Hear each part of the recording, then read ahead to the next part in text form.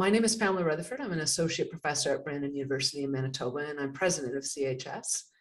And before we begin today's workshop, I want to pay my respects to the Dakota Anishinaabe, Oji-Cree, Cree, Dene, and Métis peoples who were the first keepers of the land where I currently live in Manitoba.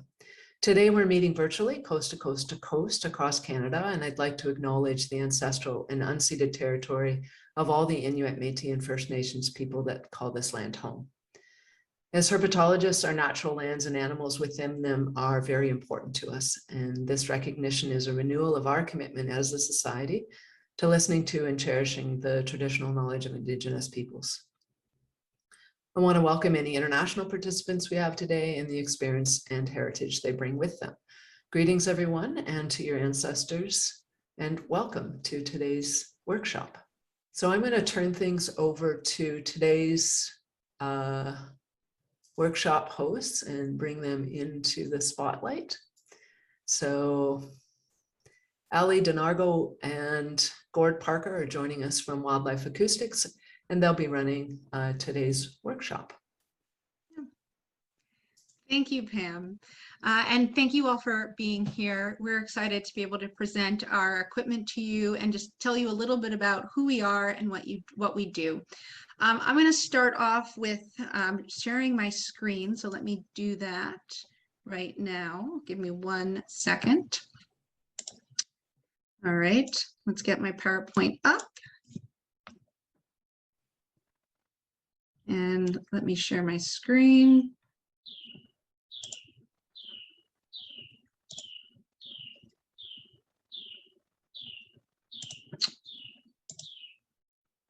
All right. There we go. Gord, I'm going to look to you. Do you see my whole screen? You got to give me a go ahead. Yeah, looks good from my screen. Okay, great. So today we're talking just about turning sound into scientific discoveries and how you can do that with the Songmeter Mini. So we're gonna basically talk about one of our, spotlight one of our recorders, but we'll talk a little bit about some of our other equipment as well. I want to start off today with some introductions. We're going to talk about what bioacoustics is, even though it sounds like from the chat that a lot of you have already used bioacoustics, if not for herps, but also for bats. And we'll talk a little bit about the Songmeter Mini. Again, that's what today's focus is going to be on, how to use it, interfacing with the Mini. And then we'll talk a little bit about comparisons between our other Songmeter recorder models and just think about what recorder is right for me. But to start off with, it was great to hear about what everybody did for the types of work you guys do. And also, I always ask, and you all kind of help me out with the answers in the chat, but I always ask about, if you've used acoustic recorders before, or if you've used, if you use acoustics in your research, that kind of data. And if you're familiar with our brand, our company, Wildlife Acoustics, even though I've always ask for people to raise their hands or tell me it sounds just from the chat, I got that information, which is great. I know there are a lot of people here, and I want to make sure I make our time efficient. So if you would like to ask a question, I absolutely encourage it. You can do one of two things. You can either raise your hand, and one of the reasons why Gord is here is, aside from being a great resource, he also will tell me when I need to be quiet and to ask the question, or if either put it in the chat to ask it or raise your hand, and Gord will say, Ali, we have a question, and then you can unmute yourself and ask the question. So one of those two ways to communicate with me, we found has made things run pretty smoothly. The other thing I wanted to mention is that if you don't already know, this workshop is being recorded. So if you do not want to be recorded at all, I recommend that you leave your video off and you keep yourself muted. And if you do have a question, you can, maybe ask Gord directly, and Gord will certainly ask me, but we don't have to know where the question came from. So with that, I'll introduce myself. I know Pam did. I am a representative from Wildlife Acoustics. Specifically, I am the North American account manager. If you didn't already catch, if you didn't get here earlier, and I had to introduce myself, I have probably talked to a lot of you. And I love listening to hear, or what kind of work you do. And if you probably have, if you are familiar with our equipment, you may or may not have already met me at a conference back, in the days of in-person conferences. I have Gord here. He is our Canadian business consultant, our business development consultant. And I'm sorry, Gord, for butchering that. We all have formal titles, but we all very friendly. Gord is a great resource because he's actually on the ground in Canada. And when we have questions about some of our Canadian customers, we usually punt them to Gord because he knows what's going on. And he's also a reseller for Echometer Touches, which is great. So we have a Canadian reseller for that, which might be useful for a lot of you if you are doing that work. And I think I did see somebody in the chat mention our Echometer Touch. So with that, Gord, you're welcome to say something, introduce yourself. Yeah, sure. Good morning, good afternoon, wherever you're coming from. I'm happy to be here. I'm very interested to speak with everyone that's involved. I'm also a fish and wildlife biologist, so just a real inherent interest to speak with any of you that need any assistance. So yeah, just to reiterate what Ali had said, I'm here in Thunder Bay, Ontario, and I'm happy to help with whatever you may need. And any resources you might need, feel free to contact me, email me, call me. I'm here for you. Thanks for having me. Great, thanks, Gord. So why don't we start off with I can tell you a little bit more about Wildlife Acoustics and a little history about Wildlife Acoustics. And I know the class was slotted for, at least my understanding was slotted for an hour, but we're happy to stay a little longer if you have any questions or follow-up questions or anything like that. So we don't close the door exactly at 1 o'clock. All right. So Wildlife Acoustics has been designing, building, and supporting bioacoustics for over 15 years. We have 50,000 recorders sold, and I think this is actually, it's not a very old slide, but I think we actually have more than that. So 50,000 recorders sold to over 100 countries on all 7 continents. So we have a lot of customers that do a lot of crazy things all over the world with different environments, different guidelines or different protocols for their work. So we've learned a thing or two about what our customers do and what they need. I thought, usually I don't talk about the evolution of Wildlife Acoustics, but I thought you guys might find it interesting that when we started, the company started back in 2004 with a device called Song Sleuth. And it was kind of expensive, and it was very niche in the sense that it was basically a device that listened to songbirds and identified them. And it didn't get much traction, to be honest. And right before our CEO was about to close shop back in the early 2000s, a professor came up to him at a conference and said, "Hey, can you just make a weatherproof recorder?" And that professor was actually a herpetologist, and that's what so originally, the reason our company and our equipment got its start, our first customers were herpetologists. They needed our recorders to listen to frogs specifically. So that developed into the Songmeter 1, which turned into the Songmeter 2, the Songmeter 3, the Songmeter 4. And the Songmeter 4 is really our powerhouse, which we've developed other equipment like the Mini and the micro based on our Songmeter 4. And of course, we'll talk about, the micro, and we'll even touch on the Songmeter 4. So in this evolution, in these years since 2004, we got a better understanding of customer wants and needs, and the type of terrain you trek, the type of protocols you have, and what you really need. It's not just about the physical dimensions of the recorder, but also the type of analysis that you all do. So we have different products to fit your needs, whether it's software or it's for bats or it's for frogs or birds. We got you. Okay. Basically, if it makes a sound, our recorders will record it. All right. We actually have we have a customer in the Amazon listening to gunshots of illegal poachers, right? Not even animals. But as I was saying, our powerhouse is Songmeter 4, and so we developed that into the Songmeter Mini and the Songmeter Micro, and so a solution for every price point. And what I can say that, you know, the SM4, we've been trying to get, without compromising the quality of our equipment, we're trying to get down to lower price points. Okay, just to give you some context, the Songmeter SM4 is $849 US. The Mini is $500 US, and the Micro is $250 US. So basically, what is bioacoustics? Now, I feel like we have folks here that know what bioacoustics is and have used it, but these are just some basic online definitions. Nothing that you probably haven't seen before if you're familiar with bioacoustics. Basically, the science of sound produced by or affecting living organisms, right?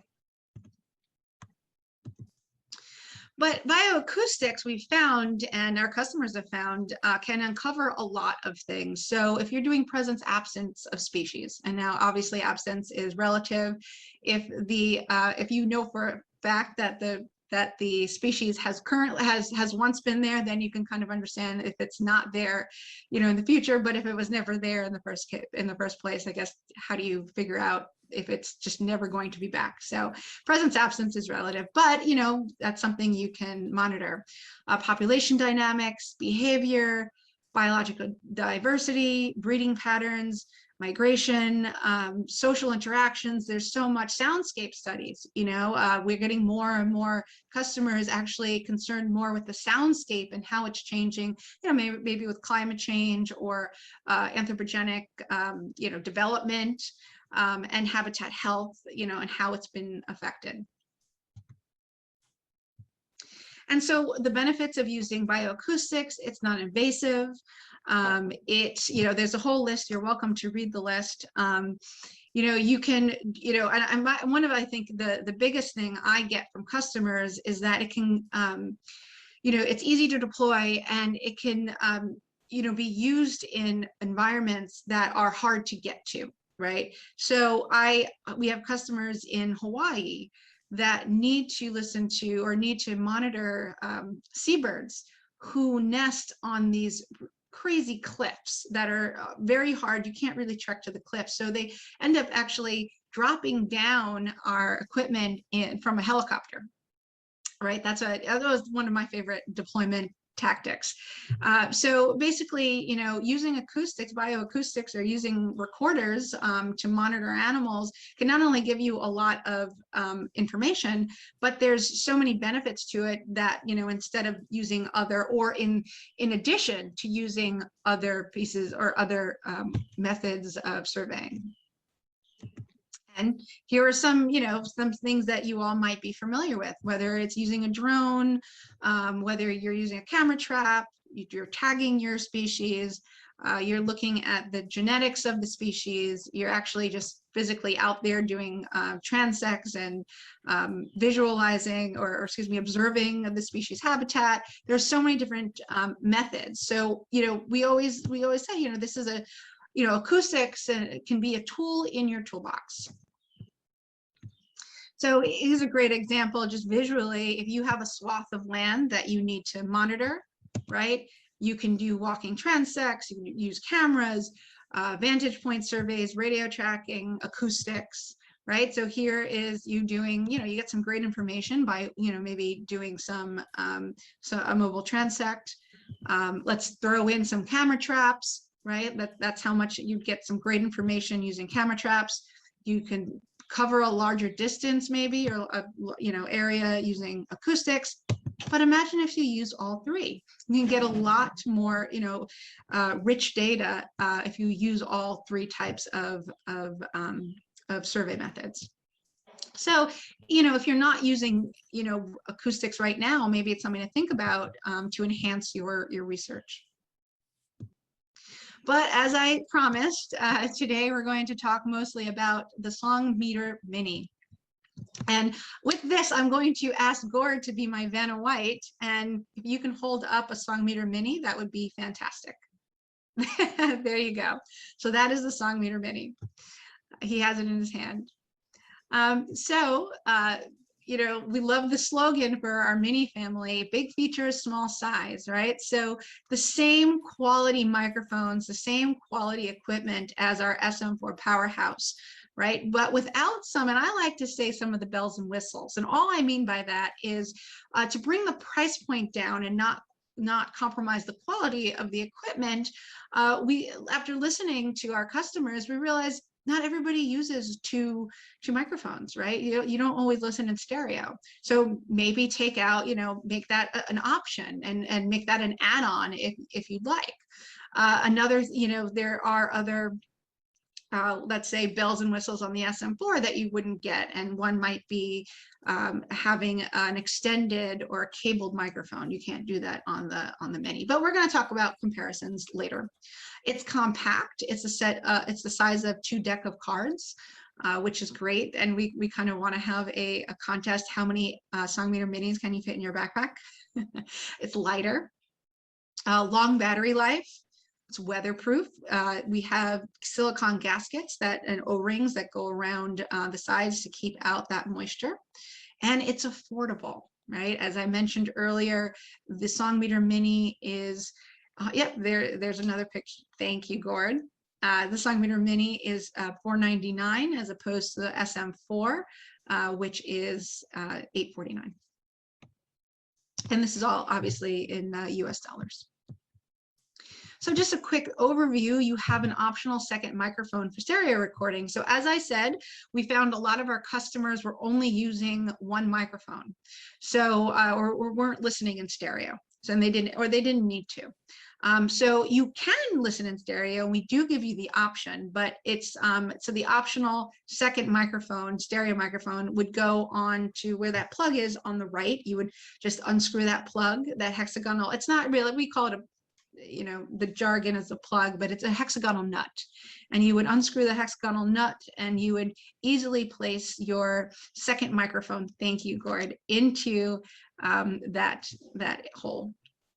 And then you can use it in stereo. It's comparable recording quality to the SM4. As I said, it is apples and oranges, in terms of the recorder itself. Even though the quality is the same, the recording it's comparable, meaning that it's a different guts, kind of, right? It's a different shape, so, or it's just a different inside. So you can't always put one next to the other and say there'll still be great recordings. But sometimes people ask about that in terms of your own papers and if you're doing reporting, how it compares, or if it's the same exact thing, just same exact recorder, just smaller. It's not. It's a different recorder. You don't have the option for external power or cabled microphones. So if you are a SM4 user and you do rely on external power, which could be anything from a car battery to solar panels, you wouldn't be able to do that. You do have to rely on our battery, on battery power. But good news, our internal power lasts up to 210 hours of continuous recording using 4 AA batteries. And if that's not enough for you, we do have an option for a lithium lid, which I'll show pictures of. And that lithium lid holds 6 lithium ion batteries. excuse me, lithium ion 18650 batteries. It is very specific. And those batteries will allow you to have about 1,000 hours of continuous recording. And of course, if you've used their equipment before, you know that can be broken up through a schedule. So you can set your schedule, so you can customize it. You can use our CAN schedules, but it doesn't have to be all 24 hours of recording. You can record only at night. You can record during the day. You can record for 30 minutes every 2 hours. However you'd like to lay it out, you can do that. And so that obviously would help with your battery power. So I wanted to throw this slide in, even though this is a herpetology conference, we're not talking about bats. I still wanted to throw it in because if you, and I didn't realize there is a bunch of you that are in the process or have done bat research, our Songmeter Mini bat, right? So I'm talking about our Songmeter Mini, but our Songmeter Mini bat can support both acoustic and ultrasonic recording. That means that if you are looking to record bats or insects, there are certain insects that are ultrasonic that vocalize or produce sounds that are ultrasonic, rodents, you can do that with our Songmeter Mini bat. You can't do that with the Mini, but you can do that with the Mini bat.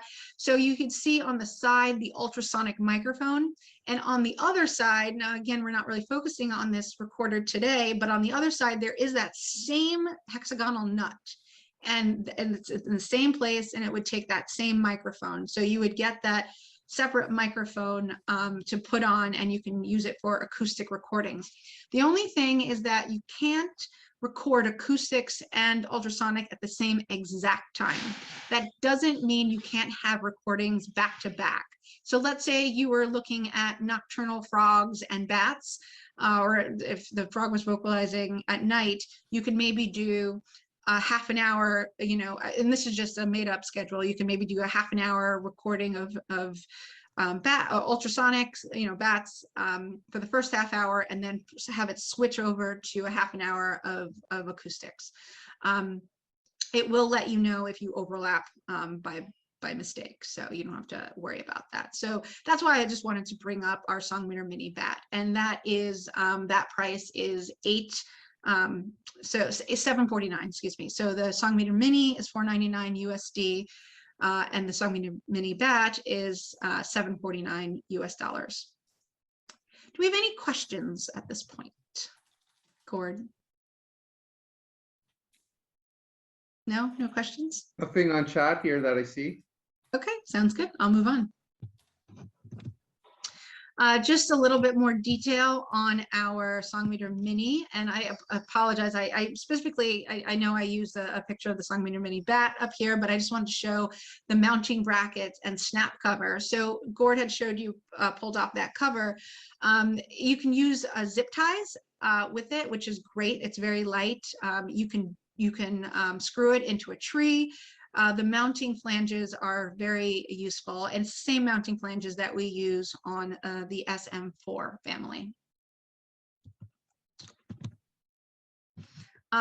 Let's go through, sorry, it skipped one. So a visual tour of the Songmeter Mini. You have that acoustic microphone plug on the right. You have a memory card slot. Now, if you are familiar with our other equipment, you'll realize there's only one memory card slot, not two. And the second one was really for redundancy, but we found that our customers weren't really, you know, using it. So the memory, you can only use one SD card, but that SD card, there is no limit on the size. You can use, if you have your access to an SD card that can hold 1 terabyte of data, have at it, you're welcome to. Your limiting factor might only be your power. And again, those mounting flanges on the top and bottom. You have your acoustic microphone, pressure vent on the back. That pressure vent is actually, you can barely see it, it's like a pinhole. And that allows moisture to flow in and out of the recorder. It kind of regulates the internal temperature of the recorder. You have a power switch, an on and off power switch. You have a pair button, which we're going to talk about in a moment, what that pair button does. And you have your LED light and button panel on the bottom. Okay. And on the top left, you'll see that the inside of the lid. And I don't know, Gord, I know you have one of our earlier beta models But can you show that lid? And if there's, there we go. Yes. Okay. So you can see that in this inside of the lid, we have what we call a cheat sheet, and we'll talk about that too, what that cheat sheet is. So just quickly, that lithium lid, it adds about 22 millimeters to the width of the Songmeter Mini. It allows you can put up to 6 lithium ion 18650 batteries. Now, you don't have to use our batteries if you choose to source them somewhere else in Canada, because getting lithium over the border can be a little difficult sometimes. But if you do want to use other lithium ion 18650s, what we suggest is, you can just come to our tech support and make sure that that the specifications of the batteries you are looking for are exactly the same, because we don't want, because they are very specific batteries. You don't need to have all 6. You can have pairs, so 2 at a time. And with those pairs, you'll still have, it's basic math. You can just divide, 1,000 by 6 and multiply each by 2, meaning even with 2 batteries, you'll still have more run time than with the 4 AA's.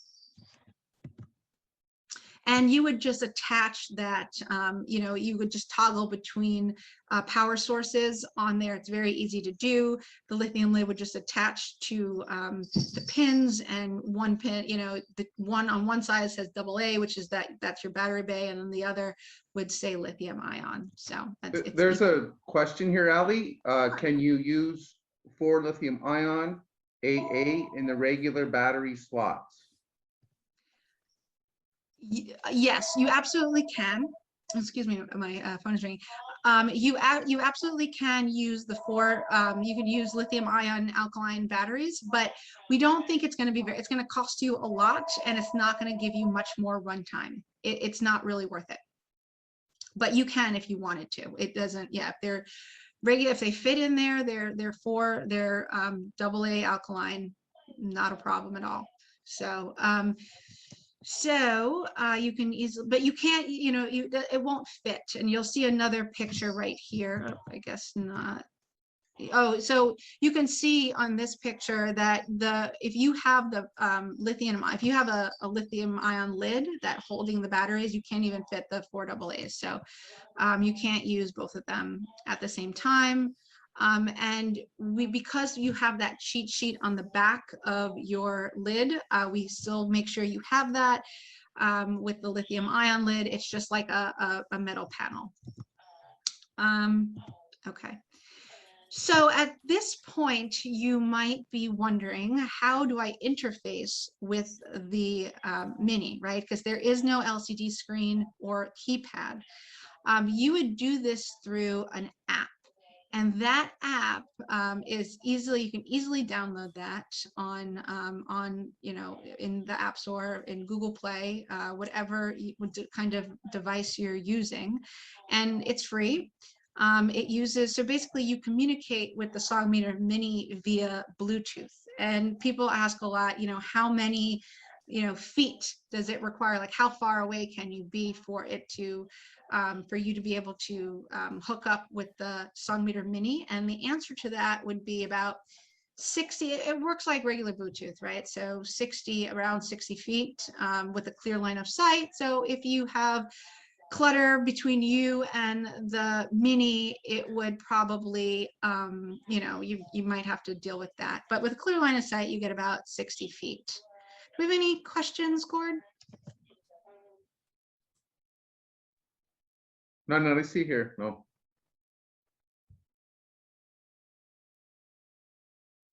Okay, so let's move on. So like I said, it's easy download to install the Android, or install it on your if you're using an Android or you're using an Apple device.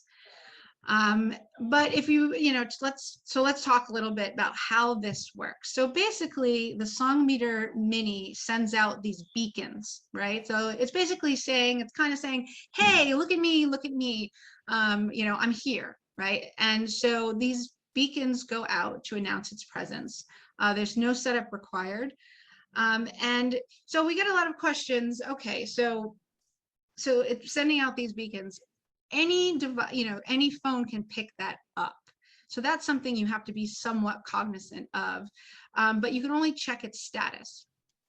So once you download the app, you become you're within 60 feet, or you're with once you deploy your Songmeter Mini, and the Mini comes up on your app, right? It identifies it.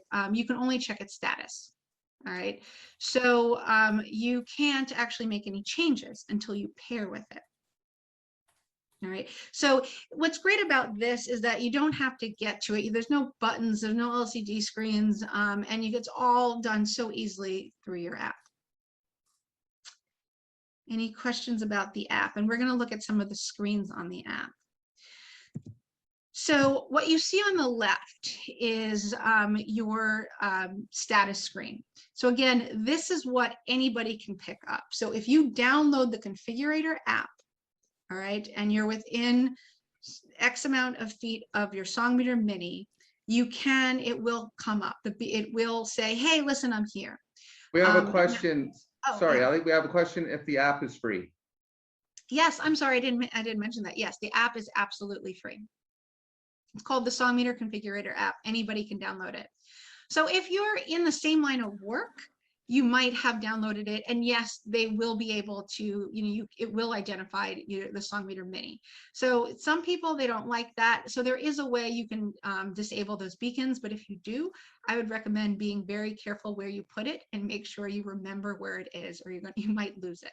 All right, but so the screen on the left, the status screen, is what anybody can see if they have the app and your beacons are on, right? So basically your check status is how much memory card space you've used, okay? How much battery power do you have left? You have what, the serial number of the recorder. Excuse me, the type of schedule that you have, the internal temperature. This is all just basic check status. Some of these other screens, basically, that's all you can do with the check status. And what you can also unlock the Songmeter itself to change your audio settings, to change your schedule, to see your location once you pair. So when I showed you the diagram of the Songmeter Mini earlier, there was that pair button. So to make any changes, you have to physically pair with your Mini. To do that, you do have to locate it. You do have to physically take off the lid, as Gord did, and press that pair button. Now, once you press that pair button, you will see that the green, it's highlighted in green. So you can see on this picture that the east field is actually is just, you can just check its status, but you're actually paired with the forest, the device labeled forest, okay? And when you're paired, you can go to the configurator and make your changes. Now, I get a lot of questions, can multiple people pair at a time? No, only one phone or tablet or whatever you're using can be, or whatever has the app on it, can be paired with one Songmeter Mini. So you can't have multiple people pair, only one. Okay. Now, once you're paired, things like, for instance, your location will pop up. Location is great because you can just drop a pin, right, the way you would on a map, and your lat and longitude will come up. You can put in the lat and long. You can search. So you can tell it if you don't want to, your devices usually have access to cellular or Wi-Fi or even GPS satellites. So you'll probably, you can drop your pin where you are, but if you wanted to program it, at your office, you can actually also manually put in where your location is. What you see in the middle is our configurator. And so you can estimate, it'll give you a visual depiction of when you need to change your memory card out and when you need to maybe change your batteries. So that's also a great feature to have. More example of the Mini app. Well, you see the status on the left, but you also have your acoustic settings and your scheduling. So we look at scheduling, as I mentioned earlier, you can have multiple schedules. This is where you would put that all in. It's towards the bottom of the screen. You can use one of our CAN schedules, which is record always or record 30 minutes on, 30 minutes off. But also you can put in a customized schedule saying, I want it to start at this time, I want it to record for this amount of minutes, and then I want it to stop. And you can have you can add as many schedules as you want.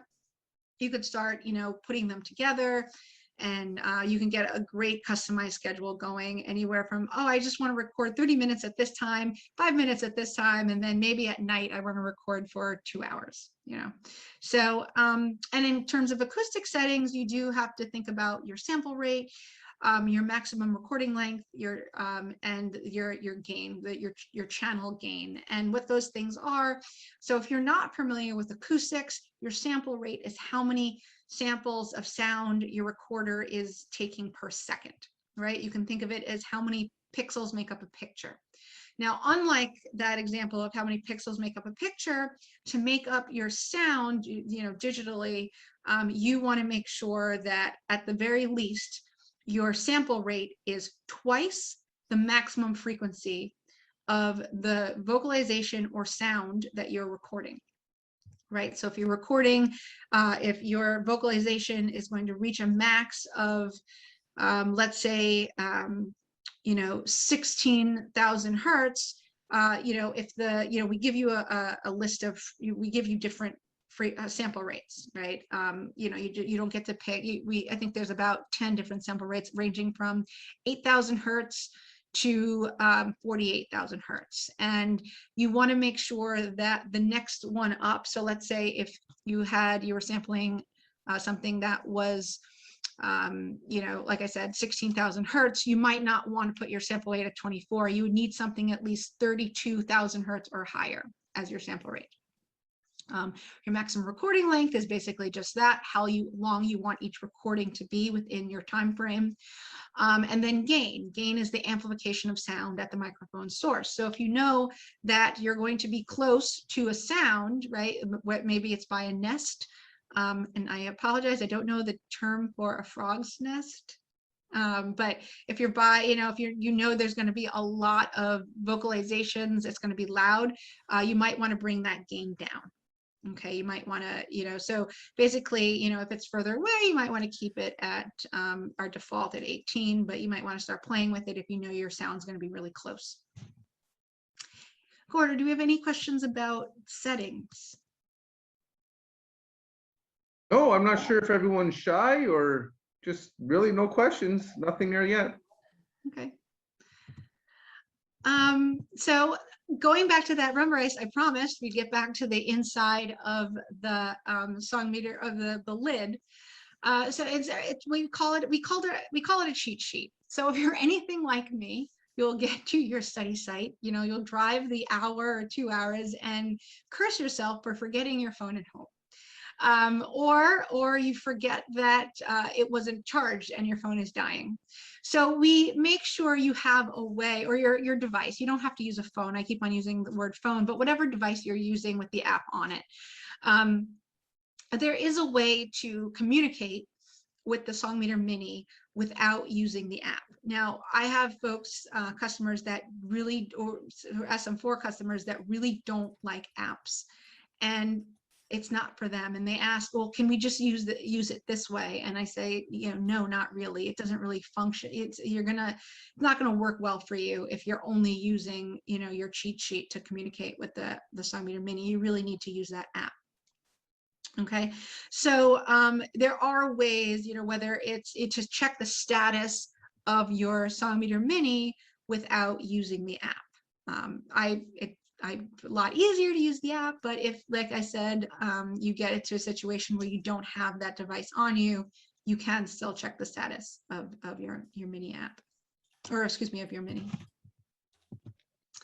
So a closer look at the pair button, or excuse me, at the function buttons at the bottom. So that function button, basically, if you're familiar with our other equipment, we have a utilities tab, right? That utilities is for what I just listed up here, your diagnostics, loading your configuration file. So your diagnostics are basically you don't have to think about your diagnostics unless you're having a problem with our Songmeter Mini and you contact us and we say, you know what?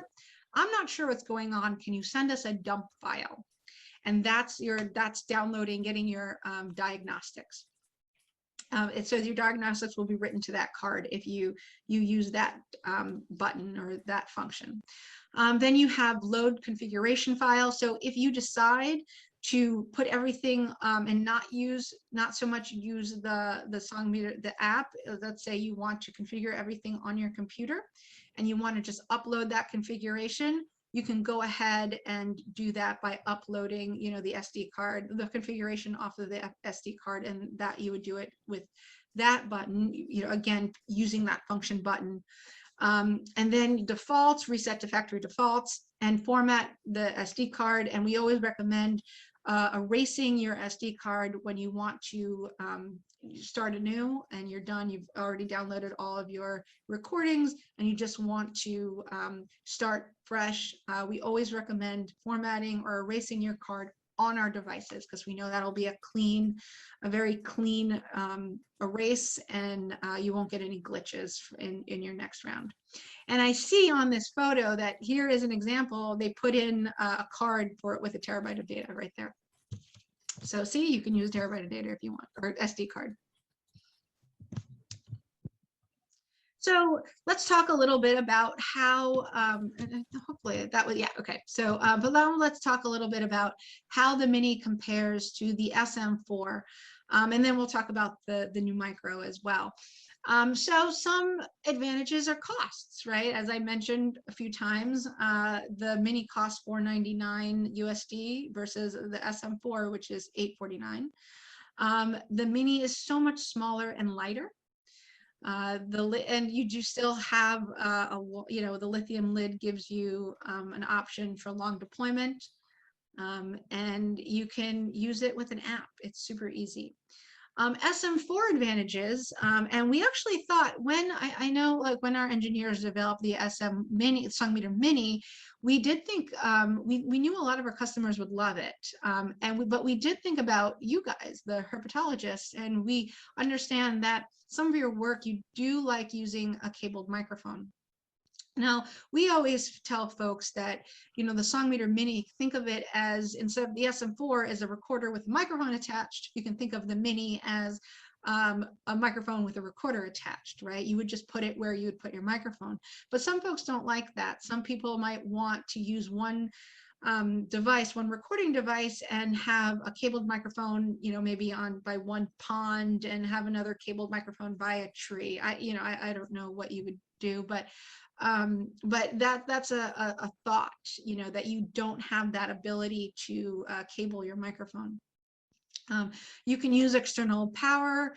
Our Songmeter Minis does not support anything external, right? And that includes GPS pucks, but also your an external power cable. If you wanted to use solar panels, or if you wanted to use a car battery or something like that. Our Songmeter 4 has 2 card slots. Again, we found that our customers weren't using them, both of them. They were just using one, so we took it away. But you do have that redundancy. So we always recommend, if you use the SM4 and you populate both slots, that they're the same card size. Because really it's not, if you need a larger size, then just get a larger size card. But really that redundancy is for if there is a glitch on one card, it's a bad batch, you got a bad card, you would want to make sure that, our Songmeters are so smart, it just bleeds the recording onto the second card. It just says, you know what, this card is useless. I'm just going to start recording on the second card. So, because some folks really like that redundancy, but we found the majority of our customers didn't really care that much about it. There's no app needed. Again, I do have customers where that makes a difference. Some folks don't like apps. And you do have a longer warranty on the Songmeter, on the SM4. That warranty is 3 years. With the Songmeter Mini, it's 2 years. So those are some comparisons between both the Mini and the SM4. And Gord, if you want to hold up the SM4 and the Mini, you can see the difference in size. It is a little, yep, sorry, go ahead. Yeah, I just had to step away from the screen to go grab it. I got it right over here. That's okay. And maybe we can get all three together because you'll see the size. And also, if you're using D-cell batteries, the SM4 is heavy, right? It's super heavy. While even with the 4 AA's, even with the lithium lid, it's the Songmeter Mini is not as heavy. So yeah, Gord, if you have the SM4, you want to hold it up, that would be great. Yeah. Okay, I'm just gonna put my lids on proper here. I had my lids switched up.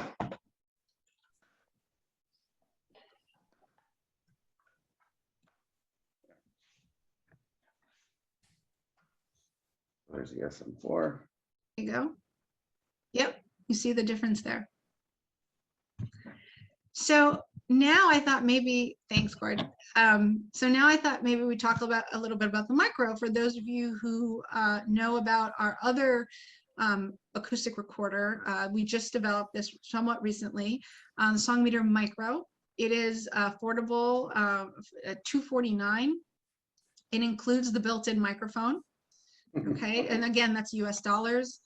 It still works the same way. You would use the same type of app you would with, actually the same app, but it would come up as a micro. You would with the Songmeter Mini. It automatically, it uses, uses your device, your mobile device. And you can use it with our Kaleidoscope Pro software. It produces basic wave files. So, and it's so small, you can see that. There you go. Why pick a Songmeter Micro?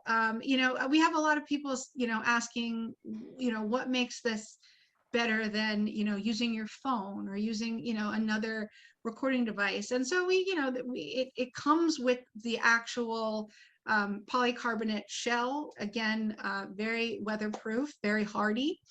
It has still, you have the backing of Wildlife Acoustics, all of our development and evolution throughout the years, where it's ready to ship when you want it.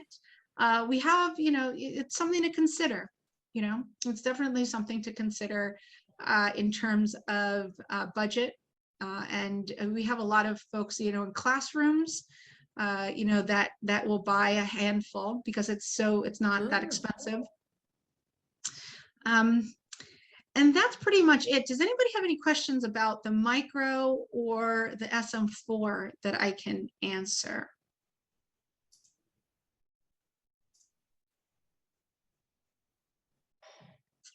Gord, do we have anything? No, we just have a couple of comments where people are kind of chuckling the size difference from these guys and the old SM2s and SM3s that they were lugging around in their backpacks are saying. Absolutely. We listen to you guys. Actually, it's funny, in the evolution, back in that original slide, with the, from Song Sleuth to the SM1 to the SM2 to the SM3, if you notice between the SM2 and the SM4, the SM3, that thing is a tank and it is heavy as heck. So we laugh in the sales department because sales went back to our engineers and we said, hey, listen, the SM, if we're gonna, if we're getting better technology, we're gonna build the SM3, it needs to be smaller and lighter than the SM2. And then they come out with the SM3, which is like a tank. And we're just kind of like, oh, the engineers weren't listening to us. So that's when we came out with the SM4. So we listen, we do. That's why we have a sales department to talk to you guys, to listen what you want, what works for you, what doesn't work for you. And we try to evolve our equipment based on your needs. There's a question here. What can the Mini do that the Micro cannot? What can the Mini do that the Micro cannot? So that's a good question. So the Micro, well, first of all, we don't have an ultrasonic micro, by the way. So there's no, and again, the Mini can't do ultrasonic either, but the Mini Bat can. The Micro has an integrated an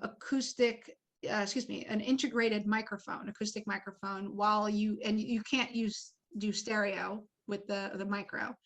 There's only one microphone on it.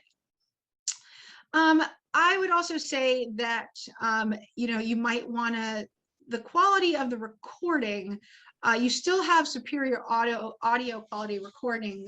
If you look at the signal to noise ratio, it's still good, but I actually, hold on, what I'm going to do is stop sharing for a second. And I actually think this would be great to show everybody. So let's exit out of this for now. Hold on, let me just bring up. Okay, so I'm going to share here. All right, if you go to our website, so the reason why I was actually going to copy and paste this to a slide, but this does such a better job. So what I'm going to share right now is right here. If you go to our website, okay, if you go to any of the products, in terms of we call it bird recorders, again, not to, but we just acoustic recorders, whether it's the SM4, the Mini, or the Micro. On the right side, there'll be a tab that says compare. And here is what will come up. You can compare the audio examples. You can compare all the prices, the spectrogram, right? So here, it's if you want to know what the Mini can do and the Micro can't, the answers are right here. Right? So here, compatible with standard calibration. The Micro is not. So all of your answers, in terms of specifications of microphones, signal to noise ratios, anti-alias filters, which I probably couldn't talk to you about if you asked me now. These are all highlighted on, on our website. Is that helpful? Could you just let me know if that's helpful or not? Is this the type of information you were looking for?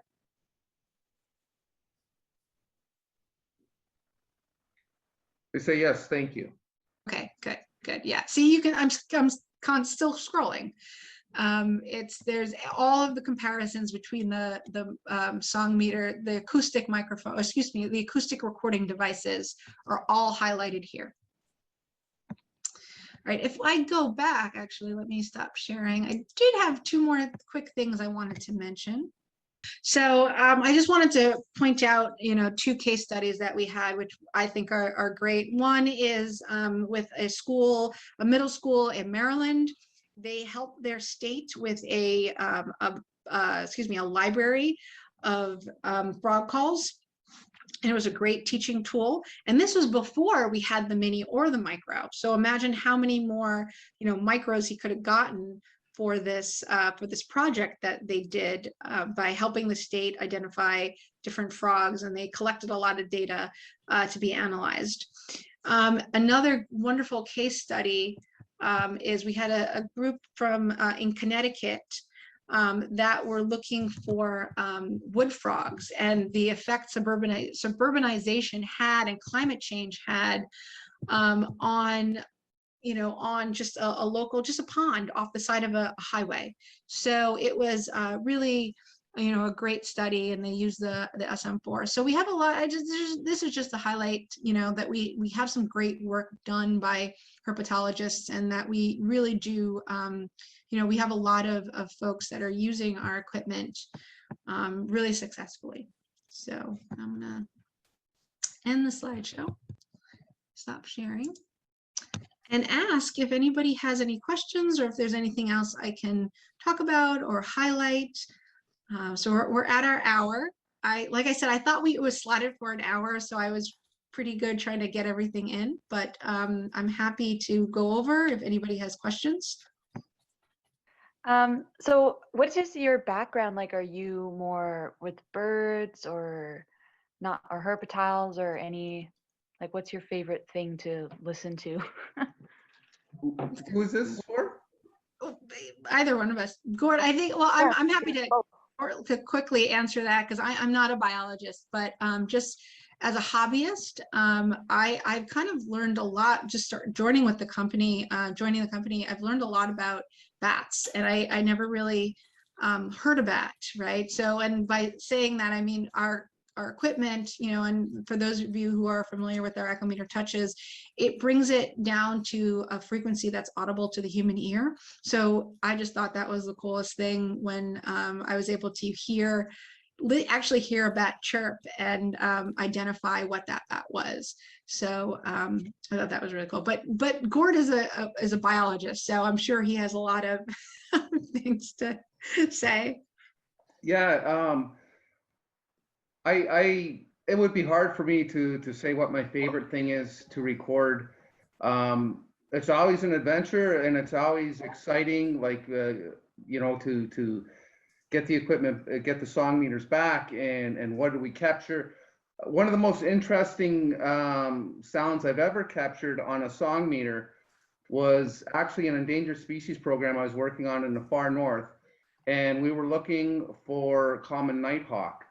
And I had posted a song meter in such prime habitat of the common nighthawk, they were swooping right beside the song meter, and I was hearing this reverberation on the speaker, and I thought, what in the world? My imagination was going wild. What is this sound?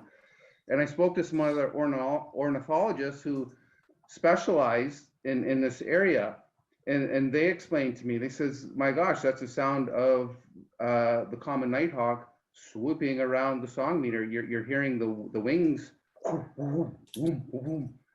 So that was one of the most interesting things I've heard.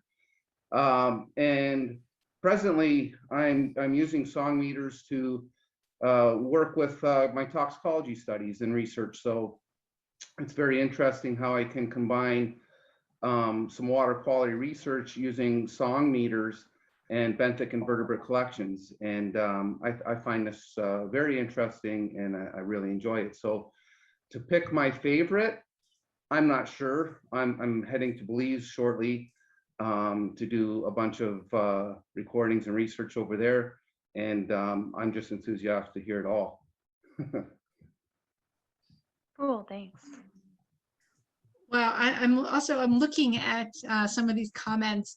So Jeffrey was saying that he was lugging around 5 SM3s in his backpack. I am sorry. Like, I mean, if you have any chiropractic, like, and 9 SM2s in a backpack through the swamps. Wow. That is, I'm sorry. Maybe we should start a medical fund or that's crazy. Well, like I said, once I started, you know, so the company started as a group of engineers, right? They built this equipment, and they weren't biologists by trade, but they were enthusiasts, hobbyists. You know, certainly with ornithologists, you know, talk to ornithologists, and we're bird hobbyists. And then I think with the dawn of the SM2, they decided, the engineers decided they needed everybody started, you know, buying more. They decided they needed a sales team. So my boss got hired as sales, and that's when we started listening, and that's when things changed a little bit. And we would yell at the engineers, no, you can't do that. So, but yeah. So we what have else? A comment here. Would love to expand our use for acoustic monitoring.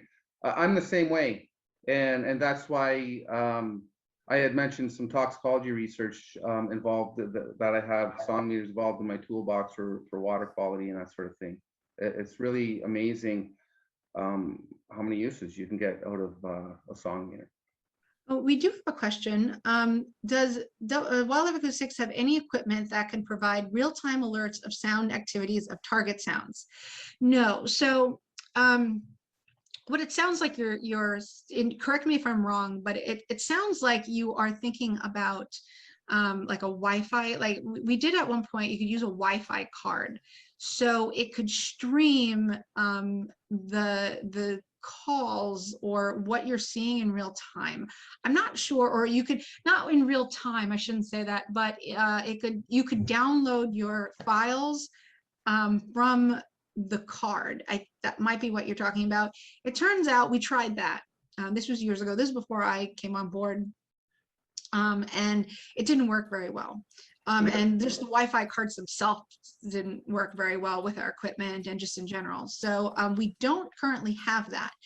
What we do have, and this is still in beta, but it's a much more expensive option. And we do have a device that we're, developing that you would be able to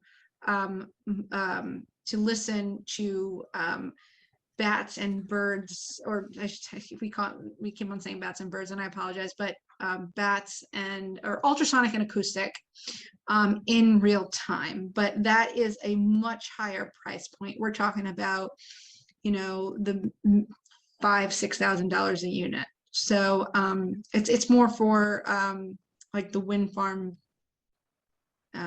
constituents, or the And wind is that farms. satellite based? Because for the smart unit, is that through satellite communications? There's a question here. No, it's a whole. I mean, it's not. It's not. No, it's not. It has nothing to do with that. You need like a. It's you need almost like a tech team to set it up. So it's not. You can use fiber optics or whatnot. But no, we don't have a device really for to listen in real time or an alert or anything like that. Pamela had her hand up. Oh, sorry. Oh, Yeah, I do have a question, and it's probably on that tech sheet on the website, but curiosity of how cold of temperatures can they survive to? Gord's probably experienced some cold temperatures. Oh, absolutely. Yeah. I've been in the dead of winter in the far north, and actually before I was working with Wildlife Acoustics, I was actually just a client. And before I used the Songmeter in the far north, I tucked it in my freezer overnight because I thought I didn't want to have a helicopter ride way up there for all that money. So I actually put Songmeters through a test before I used them, and I didn't have any malfunctions or problems. The only thing I would say is, of course, in the cold, your battery gets juiced a little faster. So you might have more. You might have maybe a need for more frequent stopovers. Yeah. So, that's, yeah. So, Gord's actually experienced this, but I can also say from what I've heard from our customers, I mean, the only thing you have to think about is what Gord just said is it drains the battery, right, a little bit more, but cold temperatures. But, and that's why we do have some folks using just lithium alkaline batteries, meaning or a combination. It's as I mentioned before, like because someone asked if you can put in alkaline AA's, or excuse me, lithium AA's, and what I meant to say is those lithium AA's aren't pure lithium. They're a mix of alkaline and lithium, so that's why they don't work as well as our pure lithium batteries. But they could work, maybe they're better in colder climates. It's something to talk to our tech support about. They can tell you a little bit more about the specifications of the batteries and how it works with our equipment. So we do have Canadian customers in the far north using lithium, just lithium AA batteries or D batteries for our SM4s. That's what I've used. There was a question here, does lithium handle cold better? Yeah. I would think so. Yeah, I haven't tested it myself physically, but just that they last longer in general. So I would think that they would just do the same in the cold, last longer than your general battery. Oh, good, Carly. I'm glad. And hopefully that page on our website will be helpful to folks who are trying to decide, what if they do want to, use Wildlife Acoustics equipment, which recorder is best for them. So it's helpful. And we do have also, I just want to plug our support team. We have a great support team, always there, obviously not 24/7, but they will get back to you at the latest. Usually they get back to you right away. You're welcome to call us. And if we don't get back to you within the day, we'll certainly get back to you within 24 hours. So, well, barring the weekend. We're a regular business, Monday through Friday, 9 to 5. I can definitely verify that. I remember trips before I worked with Wildlife Acoustics, and before I'd go out, I'd set up my schedule. And I remember being scared coming back without any data and having a nightmare like that. And I call up support and they do my schedule with me and double check, and yep, looks all good from our angle. And I always found that very useful. It helped me sleep the night before my field trip. And we are, in terms of using our software, we have these great training classes that are free. You go on our website under resources, trainings, where, you know, we're always giving trainings out for free for our different, and we have different topics, whether it's Kaleidoscope Pro for beginners, Kaleidoscope Lite, our free version, or just the software version, you know, what you can do with it. You can do a lot with it. Or if you're looking to get the Pro and use our tools, how to use them and everything like that. We have a question. Any devices record both acoustic and ultrasonic? Yes, the Songmeter Mini BAT does both acoustic and ultrasonic, which is great. As I mentioned before, that's the integrated ultrasonic microphone. And that's where you would put the acoustic microphone. And as I mentioned before, you can't record exactly at the same time, both acoustic and ultrasonic, but you can put them back to back, no problem. But so if you are doing the study, you know, working with two different species yourself, one ultrasonic, one vocalizing or making sounds ultrasonic, and both acoustics, or one acoustic, one ultrasonic, or if you have a colleague that, you know, if you have a tight budget, you want to get one piece of equipment, and you and your colleague can use it together. You're doing two different things, bats and frogs, you can use it. So yes, and it's just one piece of equipment. It's just the Songmeter Mini BAT. There's nothing else that does that. Our SM3 BAT, so 3 of you have used the SM3s. Our SM3 BAT did that, but we don't make the SM3s anymore. We've discontinued it. For those of you who, okay, so I should say this, because we do have a lot of people here that have used the SM2s and that are still using the SM2s, or still using the SM3s, we absolutely support them. So any problems, any questions you need, you know, to replace something, we will certainly support them. We just don't build them anymore. We also have a grant program. And our grant program, so we give out about $5,000 in kind, so $5,000 worth of equipment every quarter. And I'll be honest, it's usually more than that. You can only ask for up to $5,000 in kind, but we have a tendency to grant more than one project per quarter. So I encourage you to take a look at our grant applications if you are looking for, you know, if you're doing some really interesting research and you don't have the budget, you can definitely take a look at that. Wildlife Acoustics is a sponsor for the conference.